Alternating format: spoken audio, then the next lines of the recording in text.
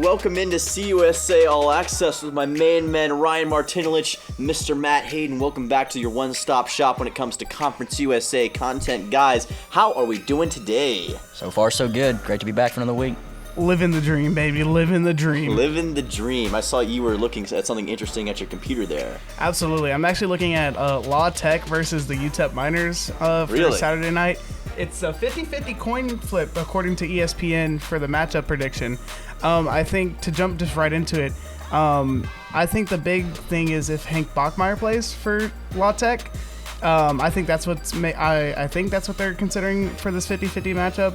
But I feel like if Hank plays that, I think it could lean in the Bulldogs' way. So well, Jack Turner looked pretty good coming in replacement, of course. He did? Yeah, I mean, Nebraska was also playing with their own backup quarterback in Heinrich Harburg, I think was his name. Yes, taking over for Sims. Yeah. Just try to give a jolt to the offense because he was kind of stagnant running the ball with them. But yeah, you got to love backup quarterbacks just getting in there and just getting a jump on it. I mean, I think it's interesting, this matchup with UTEP and La Tech. UTEP, they lost to UNLV right last week, obviously. Yeah. So, I mean, UTEP has struck me as a team that's kind of bad in a way, if that makes any sense. I mean, they've got talent, but to me, they don't seem like they're going to be above that 7-8 threshold. So, in theory, I think La Tech should come away with this victory, but, I mean, who knows? Who knows how it's going to all shake out? Yeah, I mean, it just depends on how much pressure Tyrese Knight can really put on La Tech. I mean, he's been a tremendous linebacker all season, and, you know, it kind of was a reserve role, really. I mean, he had some good moments last year, but he's really coming out. I mean, he has had a star season already 4 games into the season. I mean, he's one of the few bright spots on that Miners defense. The Miners defense has been, but outside of Knight, it's been very mediocre. I think they've given up almost 400 yards passing on average in their games. So we could see a shootout down in, old El Paso. The line sits at -1 for the Miners. So again, another coin flip game. So. Bro, I know you're a big bettor, Ryan, so are you going to put some money down on the old Miners and Bulldogs? That game's kind of I want to know what the over-under is. You know, how many, was it, like probably 51? 53. 53, yeah. I mean, that's one where you probably want to hit, honestly, the under. Just the way, like I said, I mean, I feel bad because Gavin Hardison has talent. I mean, he has an arm. It's just he is too inconsistent when it comes to making certain throws, especially downfield. Yeah.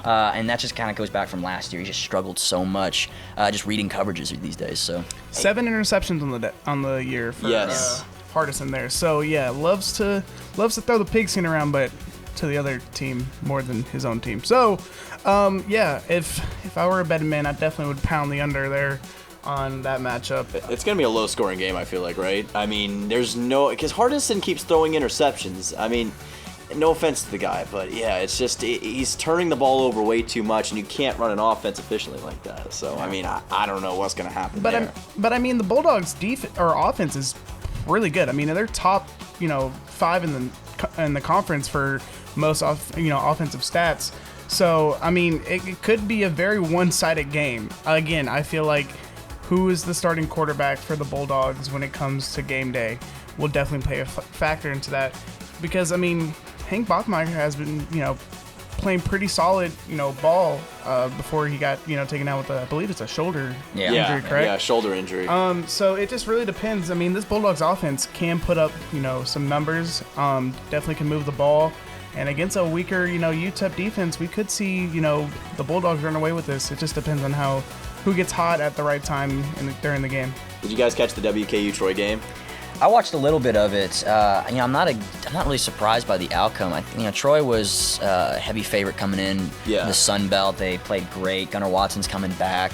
And I've been a little concerned with WKU's defense over the last couple of games. They've just looked sluggish. I mean, Austin Reed's doing all he can, leading the team so far, but there's just nothing going for him on defense, nothing really to back it up. Yeah, I mean, Reed didn't look bad. He had 275 passing yards, so it's not like he played bad, but the rushing attack, I mean, they had 13 total yards. Yeah. And 13 was their unlucky number. I mean, the team had weaknesses.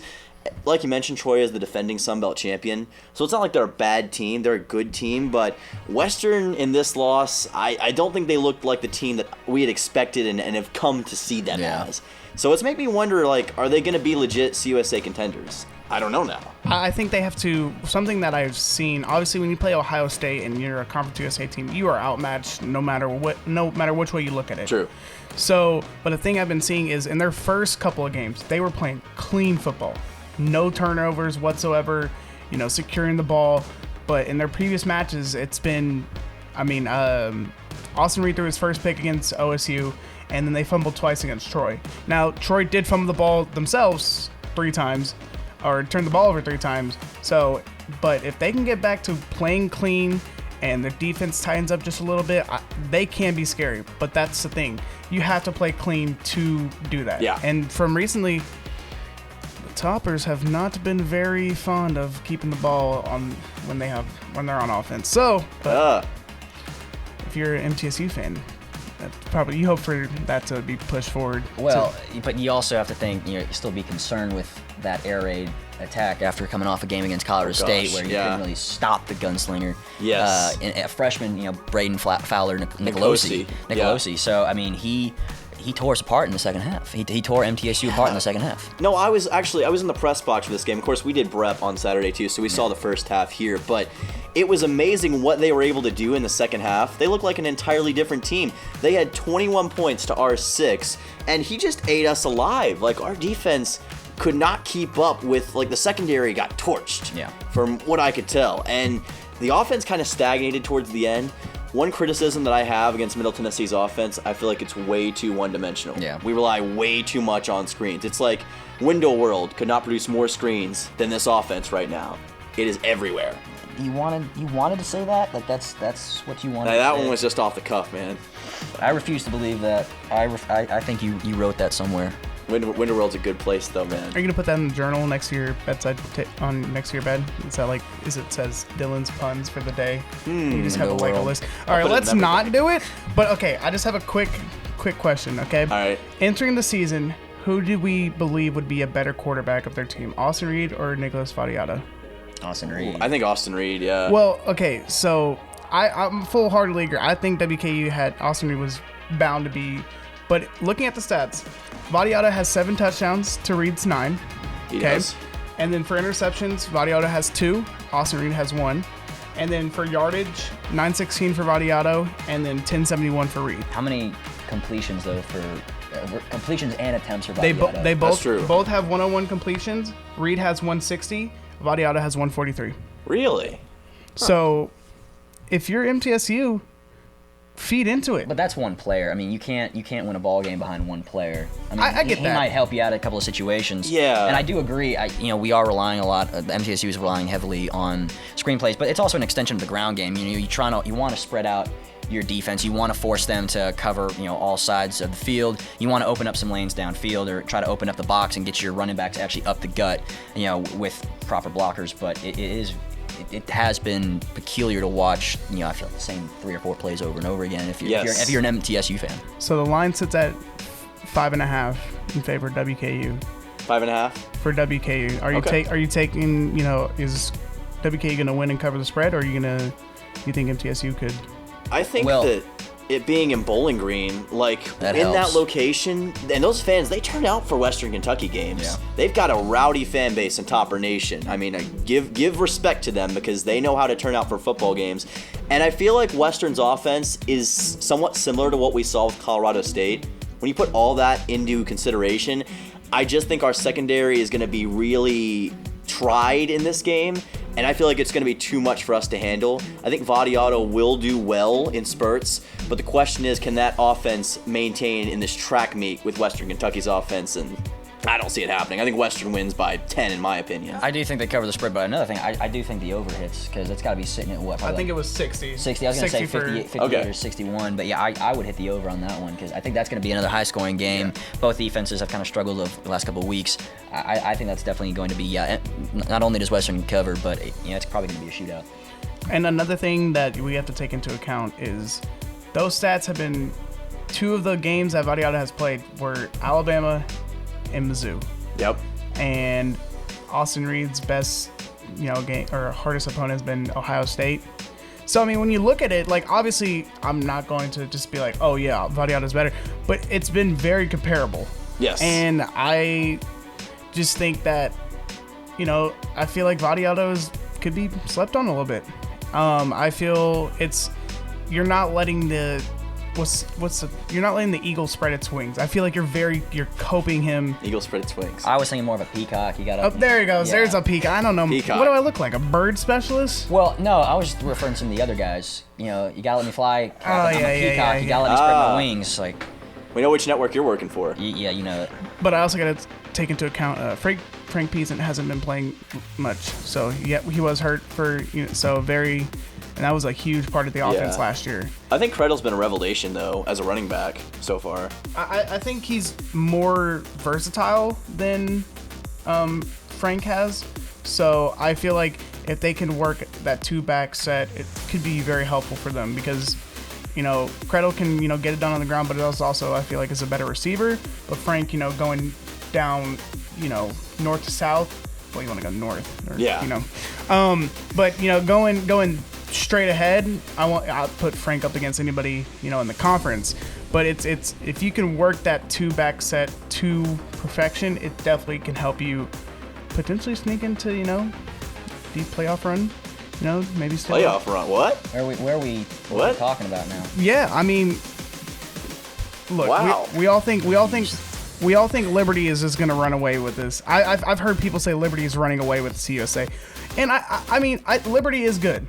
Okay, don't get me wrong. Very good. Don't get me wrong. Liberty is good. Okay, but I feel like they are a very beatable team. I feel like if you take out their entire first string offense and defense, yes. they absolutely are. Listen. I personally believe, okay, mark my words on this, all right? I feel like Liberty will not win the conference this year. Really? Who do you think's gonna step up then? Wow. I honestly think WKU has a legit chance of taking them down. I don't disagree with that, but I mean, Liberty is just totally looks. disagree with that. I mean, they've looked so good all the way through. Western has looked very mortal this season. Yeah. To say the least. I mean, they don't look like the same powerhouse they were last year, especially when you talk about that rushing attack. You've got to do better than 13 yards. I tell you what, if there's a team that's probably surprising a lot of people, it's been Jacksonville State. And just the way they've been able to control the game. All right, first off, they have a top 3 defense in the league. Their ground game is practically unstoppable. They love to run the ball and just kind of control time of possession. And when you have a defense that can slow you down, hold you to under 10 points, 15 points a game, can put pressure on you. I think they're second in the league in sacks right now. I believe so, yeah. It's a defense that can force a lot of pressure on you, and if they have the ball, they're going to hold it for as long as they can. And they are capable of, downset hike, wait for the last second on the play clock to come down, and then hike the ball again and get another 5-6 yard chunk play. So they're the team I think that has surprised me the most and has probably the best chance to beat Liberty and maybe take that CUSA title first year in the league. They had that defensive player of the week this past week too with what was it, Chris Hardy. Yeah, defensive lineman. Yeah. I mean, they shut out Eastern Michigan 21-0. Yeah. He had 1.5 sacks, 2.5 tackles for losses. Yeah. They got a heck of a defense over there. They're shocking a lot of people. They forced 3 interceptions in that game too. Man, I'm telling you what, that defense. Yeah, man. Give them the turnover chain. Yeah. By the way, Miami started that. Everybody else is no one cares. No one cares. Yeah. No one cares. Because you know why? MTSU beat Miami last year. All right. Old news. Nope, still relevant. I'm still gonna hold that above any Miami fan that you lost MTSU. So yeah, shout out to Miami. Way to go, Hurricanes. Yeah. Okay. I want to ask. I want to ask this question before we move on. So like the conference standings right now, because we got Liberty on top. Yeah. And then Jacksonville State is behind them at second. La Tech at third. Western 2-2. Then of course Middle's 1-3. Sam Houston's 0-3. By the way, Sam Houston's had a kind of a rough go. They have 10 total points on the year now, right? Yeah. Right about that? Yeah. Gosh. And then New Mexico State, UTEP, FIU. I mean, we've talked about this conference race being open. So you said you think Liberty, and I think Liberty, and you think Western's got a legit chance, and Jacksonville State's another dark horse. Is there any other like dark horses in this race, or like? It's very tough to say that it's anybody's race because I think we've already kind of spread the weeds, found out who's kind of fake, who's not. Yeah. Once again, it's still 5 games into the season for a lot of these teams, a lot of opportunity to correct them. Not just halfway through the season. I think right now you look at can Florida International make a turnaround? They kind of were a little bit embarrassed by Liberty. Yeah. After looking relatively solid. I mean, the true freshman quarterback was Keon Jenkins. Mm-hmm. Right? Yes. Yes. He's been pretty solid up until that game for the Panthers, trying to become bowl eligible and have a winning season for the first time in 6 years. I have my doubts about New Mexico State. I think they've just been too inconsistent already. Pavia looked okay against Hawaii. They still lost on the road. Sam Houston, defensively, they are the ones that could compete with Jacksonville State for best defense in the conference, but they have no offense. They've had one offensive touchdown on the year through 3 games. So it's right now, I do think it's pretty much up there between Liberty and Jacksonville State. And they are the 2 best teams, and they're probably going to be the ones that are fighting for a CUSA championship come December. I mean, I think that's the general gist of it, though. We'll see what happens, because it's going to be a heck of a race all the way through, and I'm curious to see if Matt's Western prediction pans out. I know MTSU fans will certainly disagree with your comments on that. You just gotta so a little off topic, but as a sports fan, yes, you want your teams to succeed, but when you mature as a sports fan, you give flowers to even those that you go against. Like I know a lot of people that grew up.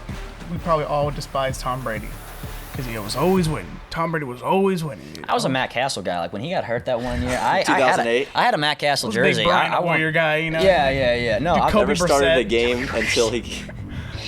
But as I got more, knowledgeable about the sport and stuff, about sports and stuff, I just really realized that I'm watching the greatest player to ever suit up in football. So I have to appreciate the time that he is on the field. And it feels empty now that, I don't see number 12 for either the Patriots or I guess the Bucks, but he's always a Patriot in my mind. Yes.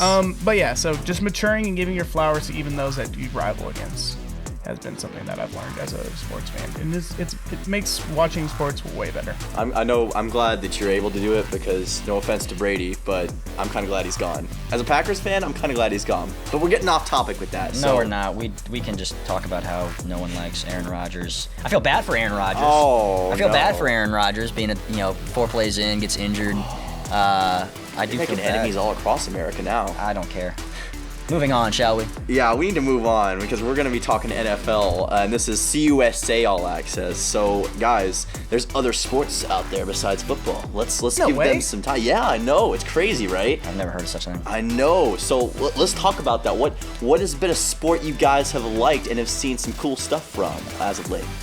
Well, obviously, being in the fall, there's some sports we can talk about. We can talk about soccer, we can talk about volleyball, and we can talk about golf. Obviously, CUSA is packed with talent when it comes to volleyball. Western Kentucky has been a dominant force in CUSA and NCAA tournaments when it comes to volleyball. MTSU has looked pretty good this year. They're actually coming off, unfortunately, a 2-game road loss to New Mexico State. But offensively, all 3 of those teams lead not only the league, but also some categories in NCAA overall. MTSU has looked solid offensively. Of course, right now defensively, they're missing their libero, Marley Banton from last year, who it's very hard to replace a player like that. 2-time CUSA libero of the year, defensive specialist. And Aaron Hart has done a tremendous job, but they've still struggled on that end.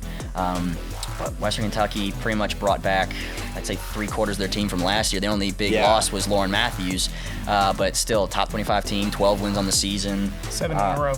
Yeah. They've been clicking on all cylinders for Western Kentucky, and they've been a prominent powerhouse for volleyball for multiple years now. And it's just one of those things, but now you're starting to get, every sport's starting to get into more conference play. Now we're seeing, I know MTSU is having their home opener for volleyball coming up. So, again, sports are very early on in their seasons. So it's really, WKU is a front runner for volleyball. But looking at the standings, they sit at 12-4. New Mexico's 9-4. MTSU 8-5. UTEP 8-5.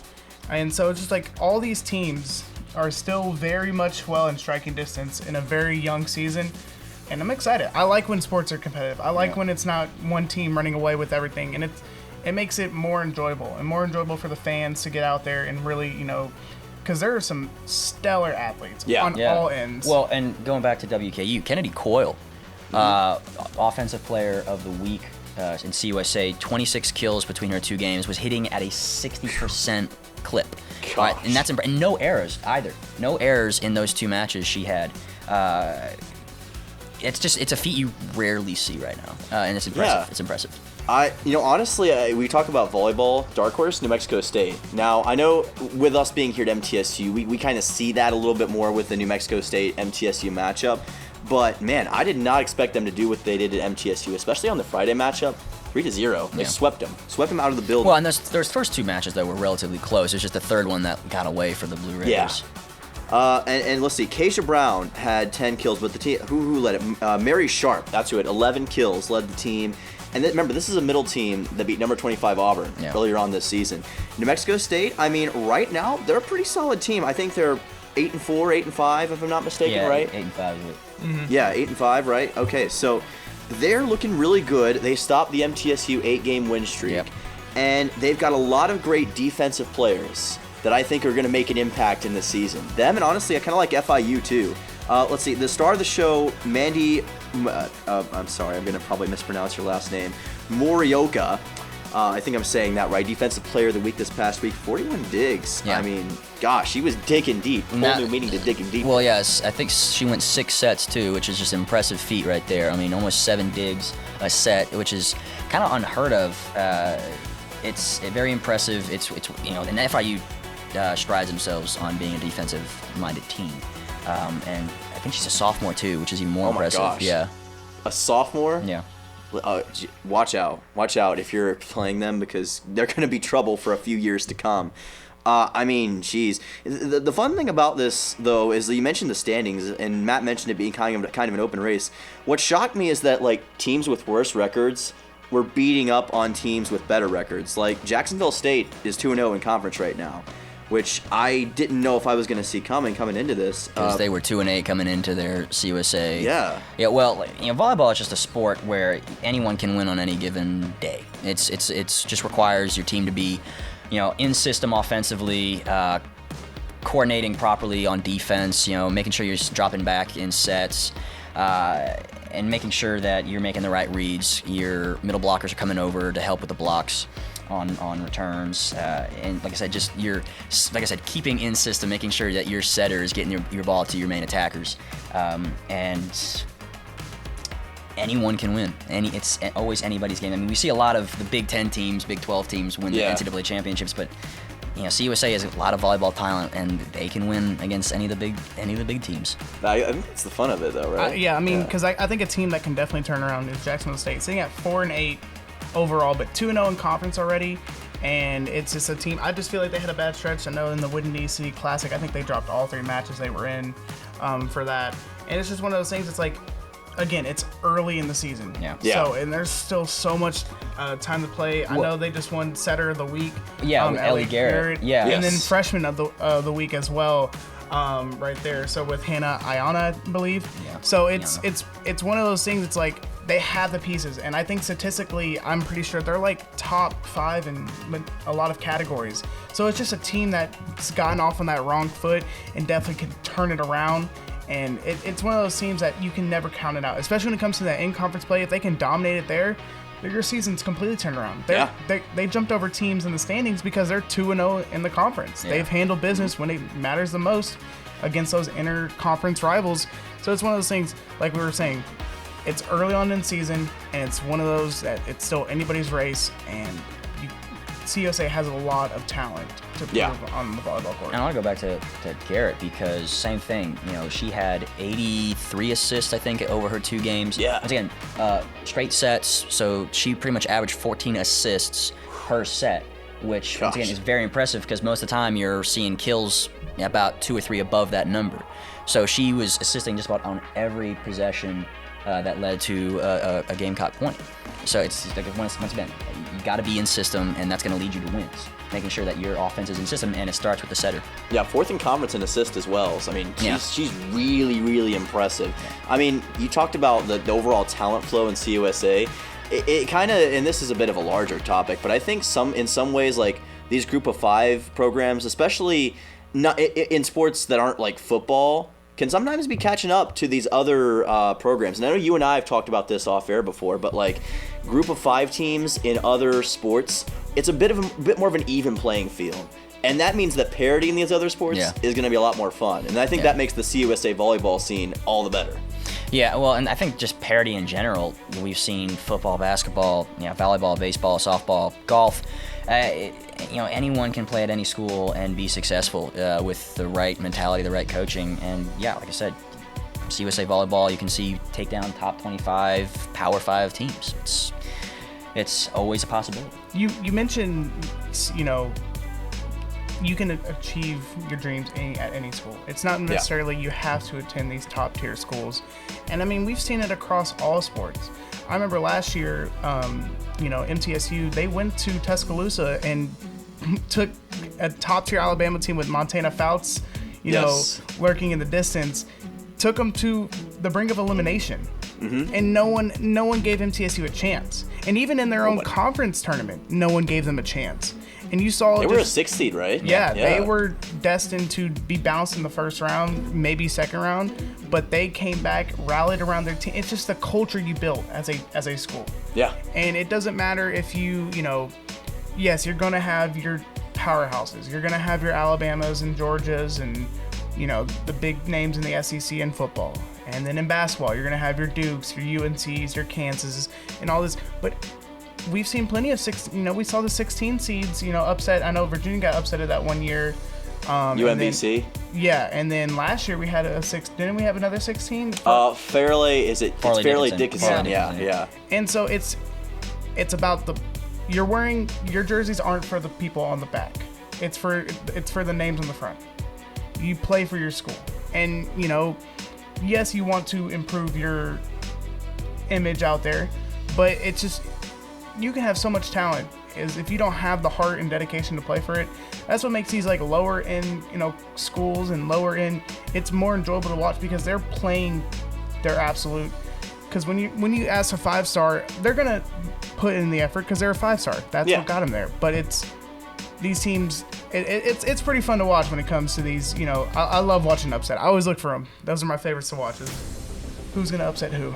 I hope we get a few upsets there, and I do want to throw it over to Mr. Martinulich here because you are going to be calling a couple volleyball games this weekend. So how about a little bit of a preview of that? MTSU's taking on Liberty for the first time ever in Conference USA, right? Well, and Liberty on a 5-game losing streak, unfortunately. So both teams are kind of coming on rocky ground. But Liberty is one of the premier defensive teams in CUSA right now. And they got some quality players, too. And I'm not mistaken, I think Trent Dilfer, one of his kids, is actually the setter for Liberty. I think Delaney Dilfer is actually the setter. And she's, I think, 5th in assists per set. Yeah. And then, where was it? They also have a pretty solid player. Either way, it's going to be a fun match to watch just as a fan, but also as a play-by-play announcer. It's going to be a great game over at the Alumni Memorial Gymnasium. Yeah, check it out on ESPN Plus if you're available, Mr. Martinulich. Madison Blaine, that's who it is. Madison Bland. Blaine, not Blaine. Madison Not Blaine. bland. You're not like Rice. You're not bland. Brep fans will get that reference. No, anyway. they won't. Anyway. Moving on. Yeah. All right, moving on. So, we talked about volleyball, right? So, well, actually, before we do that, any other last thoughts? What are you looking at over there? Well, where do you come up with these? I'm sorry, I have to ask. Do you, are these things that you just, think of? Man, I can't, if someone comes up with a dull saying or it's not, it's bland, I'm just going to be bland like rice. No way. So, I'll go off on a bit of a tangent here because this is actually a pretty funny story. So, when I was first, because I got on Brep last year as a full-time show host / anchor, and I was like, I want to kind of have a signature, something that I can use.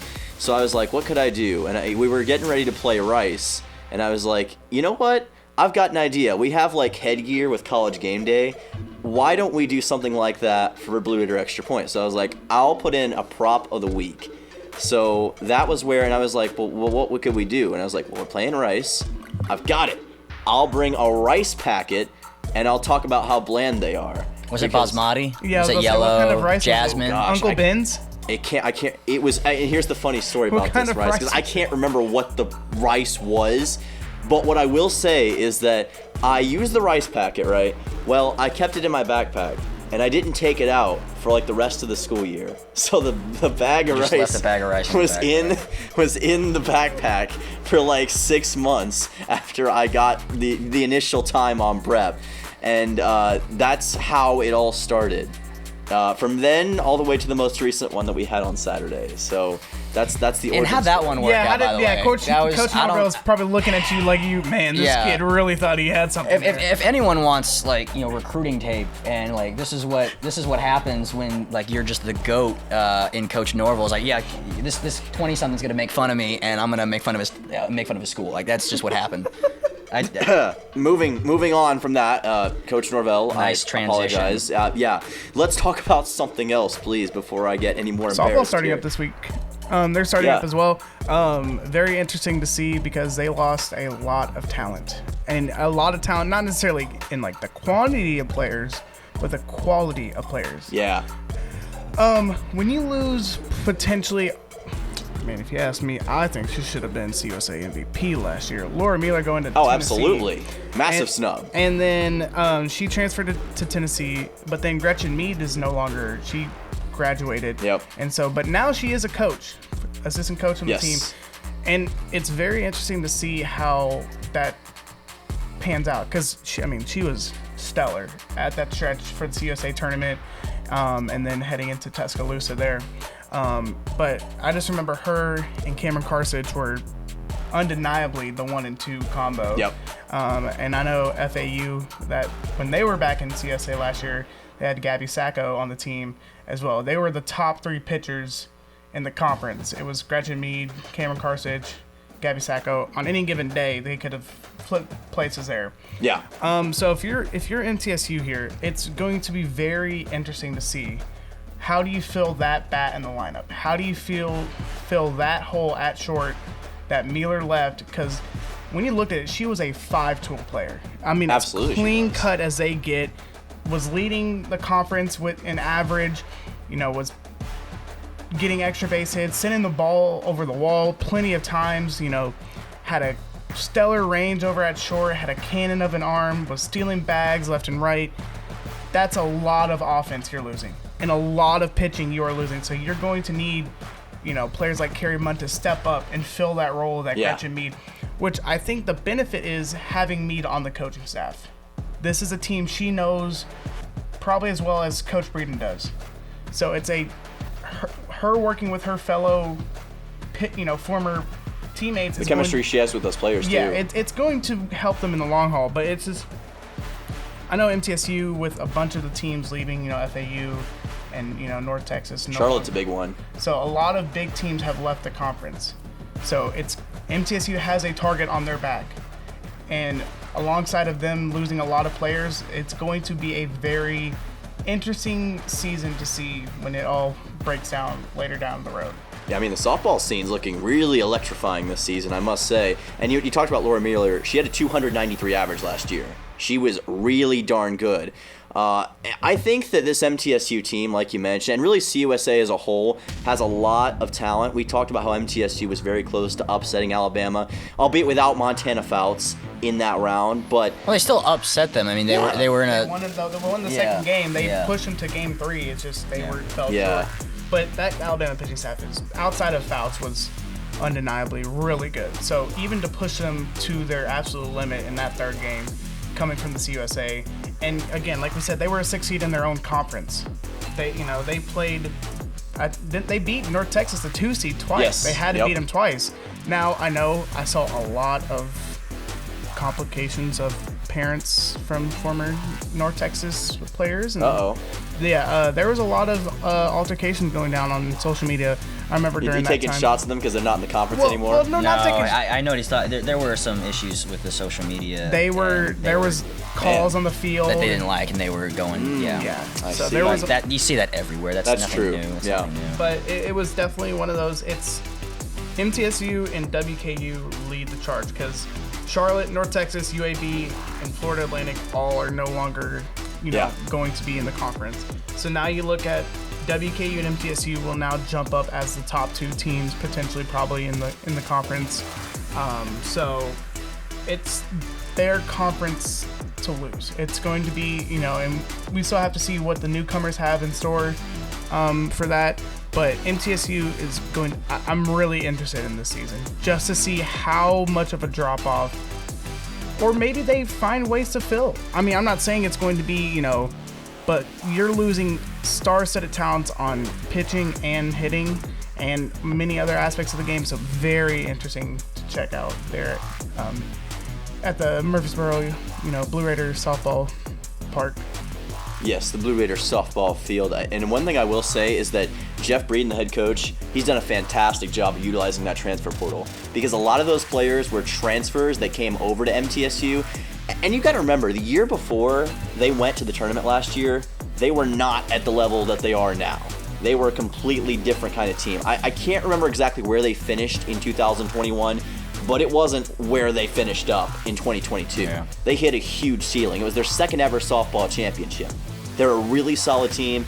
And the thing about these fall scrimmage games is that they give us a story and give us an idea of what they're going to be like. It's almost like how you'll play cupcakes in college football. I mean, not to disrespect those schools. They're talented schools, but it's a warm-up for MTSU to see what they can be without the stakes that they're going to have later on. And I believe they play Vol State Wednesday. Yeah, so they start out with Vol State, Lipscomb, Snead State Community College, all here. Well, the Lipscomb and Vol State are coming up this week. Yeah. So very interesting to see. Definitely worth, checking out, because again, this is going to give us a sign of what team have they brought to the table for this, because you want to go back to back. That's your envision. You don't want this championship hangover. You want to go back to back. You want to show them that even though you lost arguably the best player in the conference and a top tier pitcher, that you are still the same team. And there are a lot of girls that it's the next man up motto. You have to, who's going to step up in what situations. We know Cameron Carson is going to go out there and provide for the team. It's on the pitching side. It's going to be, Carrie Munn hopefully filling in that second role. Ainsley Blevins, has, her bat will also, partake there. So there was a lot of potential. It's still, majority of the team is still there. Yeah.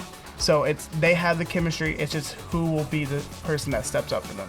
I'm curious to see how that's all going to go down. But honestly, the scene, as you mentioned, is going to be pretty talented this year with MT and Western Kentucky. Should be a fun one. Softball always is. So, guys, I want to talk about this. Do you want to talk about some football? You want to talk about some soccer? You interested in soccer? I guess we can. I mean, I don't call it football. I mean, I am American, so I call it soccer. But I mean, you're the man in the sky there. I know you're calling the soccer game, so. Yes, I will be calling Friday night Middle Tennessee versus Chicago State. Should be a fun one on the pitch. Dean A. Hayes Track and Soccer Stadium, 6 p.m. You can watch mine and Ryan on split screens, so you can see both of us, because you need to see both of what's going to go down. But yeah, I kind of wanted to talk soccer because I have gained a full appreciation calling soccer this season. Like, I've gained a full appreciation for the sport.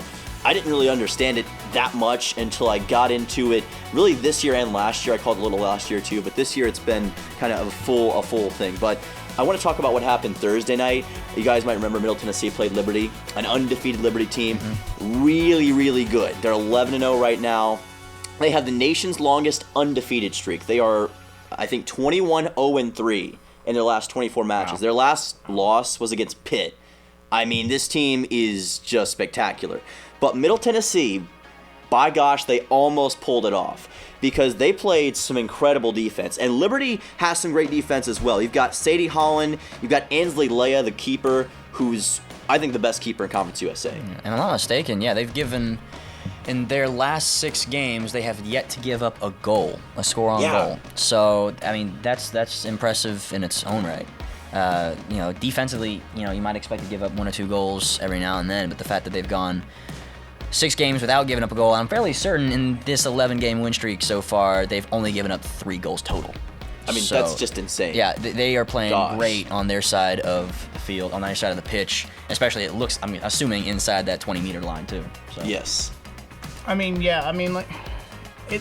been a very rocky season for MTSU, let alone, but yeah, like y'all have been saying, Liberty's been red hot and fuego. They've been stellar. They're called the Flames. Yeah, they are called the Flames for a reason. But they have been. I've been catching some of their matches, and I just sit there and I'm like, man, what? Like I don't know how you're gonna stop this team because the Flames are hot, and I mean really hot. I mean, is this another? What you gonna judge? Yeah, Flames can be hot, Ryan. I know, it's just shocker. He's tired of the flame jokes right now. All right, we'll stop with the Flames. He's getting inflamed. You say, well, Jesus Christ. I apologize for my peers. Whoever's watching. I liked it. It's my favorite thing to do is when Egg him on. Back to soccer, guys. Yeah, back to soccer. Oh my god. But yeah, so again, MTSU did play Liberty very well. Again, it was had 3 wins on the season. I think they were 3-5-2. Yes. The time when they played them. So when you're at that, status, you're going up against 11-0. People don't even give you a chance. They don't even give you a chance in the world. But to play them, and now they did benefit from a home crowd, playing in front of your home team. Home field advantage there. But still, 11-0 teams, kind of bypass that at times. And to hold them to just one lonely goal on the season for that game, you got to find the victories where you can. Find that momentum, trying to change the tides. This MTSU, Lady Raiders soccer team has had a lot of, big moments. They played at Geodis. They've had a lot of, stellar moments, in their young season. So again, the season is still young for all these sports. So it's just, you got to find that momentum and just carry on with it. Yeah. I do want to just interject real quick because first off, I wanted to know exactly why they are called the Flames. So it actually comes from their school's motto. Really? Yes. Huh. Is it stay hot? No, it's knowledge aflame. But essentially, yeah, knowledge burning. So burning desire to learn. So now their mascot is a bird, but still, that's why they're called the Flames. So interesting. The more you know. There you go. We got to give our new Conference USA editions the due diligence and the research. So thank you, Professor Ryan, for that one. I'm here all week. I did talk about that Middle Tennessee. Oh, really? 6 to 9. Yeah, you heard it. Yeah, Is it Monday? No, it's Wednesdays. Wednesdays? Okay, yeah. Cool. Oh, I'm open that day, so I can come. There you go. Yeah, you can audit if you want. Yes. Awesome. I'll talk to my advisor. Okay, cool. We're coming into that class. Anyway. Okay, so I want to talk about Hannah Suter too because, guys, she had the career high in saves against Liberty, and they still lost. Yeah. It was hard, but, at the same time, I've got to give kudos to Liberty. They're just a really, really good team. But another team that's looked really good, FIU. I mean, they're very solid right now. 2-0 in conference play. They even beat Miami.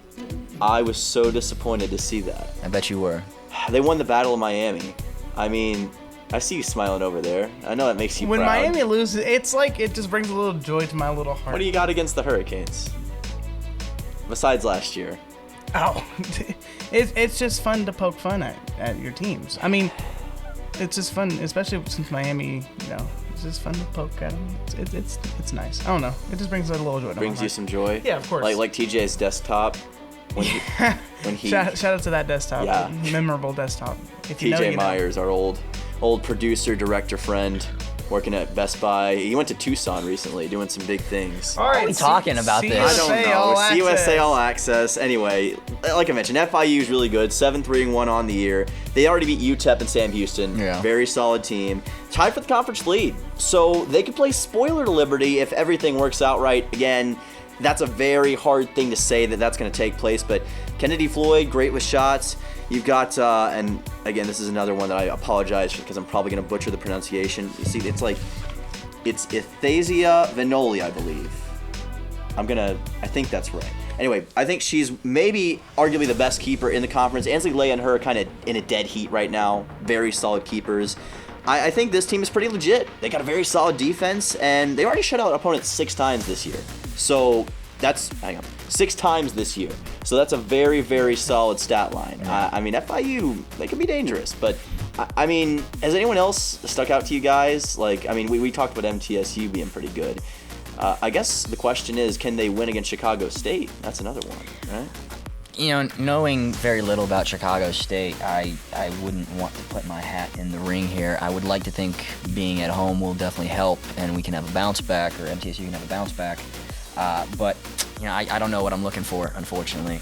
So I wouldn't know where to start. I can't say that I'm a college or Chicago State connoisseur. I really don't know. I just know that their women's soccer team is playing MTSU.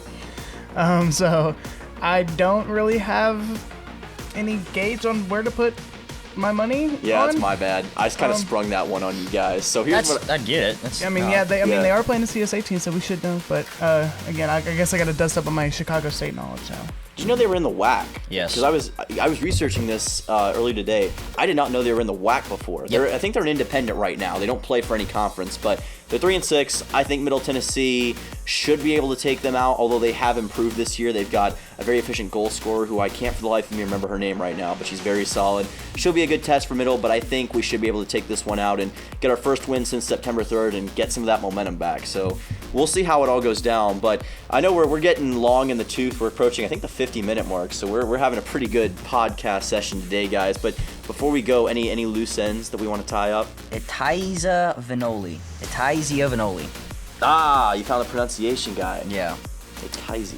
Etizia Vinoli. There you go. Etizia Vinoli. Gotcha. Etizia Vinoli. I think they're coming to Murfreesboro for a match. So Etizia, if you're watching this, I will pronounce your name correctly when I call that match. I promise. Etizia. Gotcha. Etizia. Etizia. Etizia Vinoli. Gotcha. Etizia Vinoli. Yes. Any loose ends before we wrap this thing up, guys? I know we tickled upon it on the last podcast. Tickled upon it. Yeah, it was a little technical. Get there.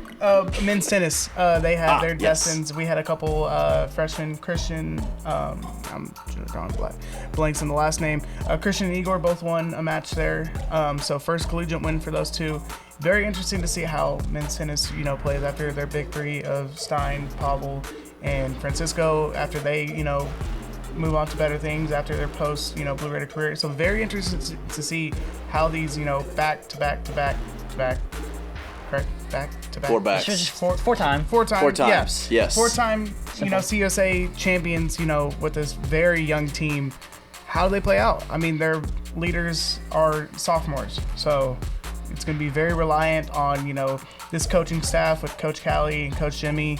They're always going to have a target on their back. Even when it comes to big, top 25 play, they're one of those teams that can upset these bigger name schools. So you never cross out MTSU as a very easy win in men's tennis. So, but lots of bright spots there in Destin. They move on down to Tuscaloosa this weekend. Yeah, this weekend. So just another thing, trying to build up that chemistry between these guys and see if they can still hold atop the CUSA. I'm curious to see how those double matches are going to go. Yeah, I mean, you got to think, when Shu was playing last year, who was he playing? Was he playing with? I think he played with Andre for part of the year. And Andre and I feel like I think, if you're breakout star. Yeah, I think that's your court one star. If I had to put my money where my mouth is Andre Horek would be NCSU. Andre even on the team? Yeah. Yes. He was in the team photos and everything too. Okay. Yes. I swear I had no idea. Are you thinking of Oscar? No. No. I knew Marcel was on the team. That's about it. Yeah. But as far as, of course, Shu coming back, that was about it. Gotcha. There's a lot of new players in. They got a couple from the transfer portal. Yeah, they did. Yeah. It's going to be an interesting Kareem Al-Amin, I think, was one of them. My apologies. Yeah. I forgot. We do have two seniors from the transfer portal. Yes. I totally blow past that. Leo Raquin and Demis Taram. Don't even. Yeah, I will learn it before the season starts. Learn it before January. So definitely we'll figure that out. But again, these are new guys. They're veterans on the courts, but when it comes to the atmosphere of, playing for the Blue Raiders, it's going to be, the three sophomores that kind of show the ropes of how stuff goes down, on and off the court here in Murfreesboro. So very interesting to see there. And, how do they play out with all these new faces, donning these courts after such long success with the previous era of Blue Raider tennis. I'm curious about that. I mean, it's going to be interesting, and we've talked a lot about how the tennis landscape has shifted as well, with the conference being what it is and new teams coming in. Teams like Liberty are going to be very interesting to watch, so I'm with you there. But I think that's about all we got today. But guys, I think it's been a pleasure, and I think we've definitely demonstrated what all Conference USA has to offer. Absolutely. I agree. Does this mean, are you going to do the point now? I'll do the point, at the end, yes. If you want to do the point with me, feel free. I don't think I can master it as good as you. I'm going to keep that to you. That's your. All right, I appreciate that. Of course. I appreciate that. Well, guys, thank you. It's been a pleasure. Can't wait to see you next week. Can't wait to see all of you next week for another episode of CUSA All Access. Thank you for tuning in here. We will see you next time. I'm Dylan Simmons, joined by Matt Hayden, a.k.a. Baby Gator, Mr. Ryan Martinovich, analysis extraordinaire. Sure. And we will see you next time. Thank you, and remember to always have an electric night. Yeah, buddy.